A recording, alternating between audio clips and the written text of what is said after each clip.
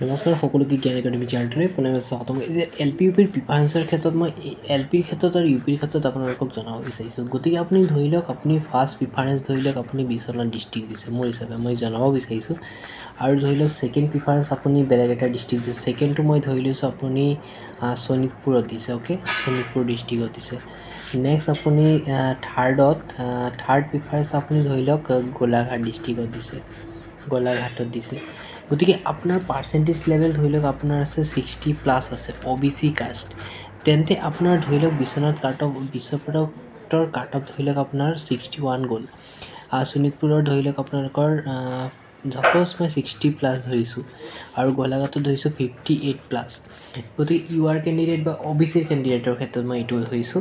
তো OBC ক্ষেত্ৰত আপুনি ফাৰ্ষ্ট প্ৰিফাৰেঞ্চ য'ত দিছিলে ধৰি লওক ফাৰ্ষ্ট প্ৰিফাৰেঞ্চ দিছে আপুনি বিশ্বনাথত 60 আছে, আপোনাৰ 61 কাট অফ গৈছে, একো নহয়, আপোনাৰ চান্সটো কমি গ'ল।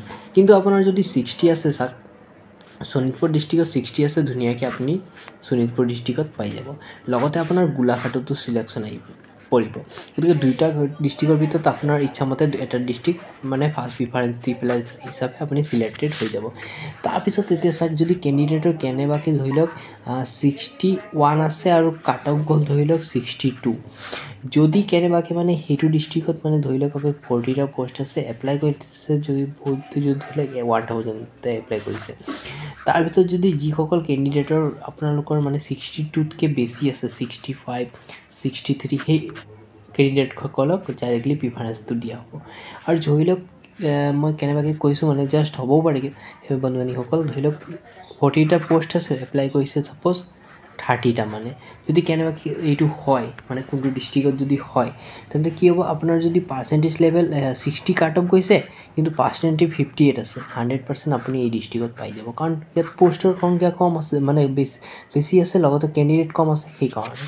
এতিয়া মানে প্ৰিফাৰেঞ্চৰ ক্ষেত্ৰত মাষ্ট বি ইম্পৰ্টেণ্ট, আপোনালোকে যিমান পাৰে বস্তুবোৰ এই প্ৰিফাৰেঞ্চ লেভেলবোৰ ভালকৈ দিয়ক বন্ধুবান্ধীসকল। মই বাৰে বাৰে কৈছোঁ এই প্ৰিফাৰেঞ্চৰ ক্ষেত্ৰত ভালকৈ গুৰুত্ব দিব একদম, কাৰণ এই প্ৰিফাৰেঞ্চটো একদম মাষ্ট বি ইম্পৰ্টেণ্ট বস্তু, কাৰণ ইয়াৰ ক্ষেত্ৰত আপোনালোকৰ গোটেই মানে চিলেকশ্যন প্ৰক্ৰিয়াটো ডিপেণ্ড কৰিব, ঠিক আছে না বন্ধুবান্ধীসকল। এল পি আৰু ইউ পিৰ ক্ষেত্ৰত এতিয়া OBCৰ ক্ষেত্ৰত মই ইউ আৰ কেণ্ডিডেটৰ ক্ষেত্ৰত মই ডাইৰেক্টলি নকওঁ যে এইটো যাব, কিন্তু 60+ থাকিব বন্ধুবান্ধীসকল, 60+ যাব।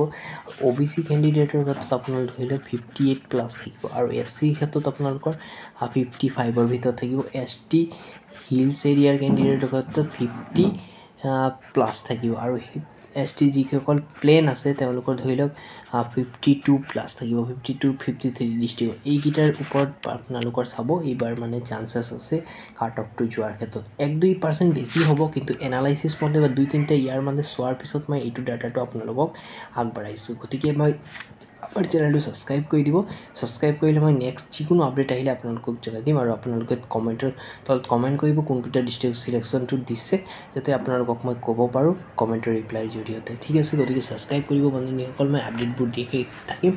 নেক্সট আপোনালোকে যিসকল কেণ্ডিডেটে PGT টিচাৰৰ কাৰণে এপ্লাই কৰিব বিচাৰিছে, এই ভিডিঅ'ত মই আপোনালোকক এই চেনেলটোৰ জৰিয়তে আপোনালোকক PGT টিচাৰৰ সম্পূৰ্ণ ডিটেইলছ মই জনাই দিম। গতিকে ছাবস্ক্ৰাইব কৰিলে আপোনালোকে আপডেট পাই যাব।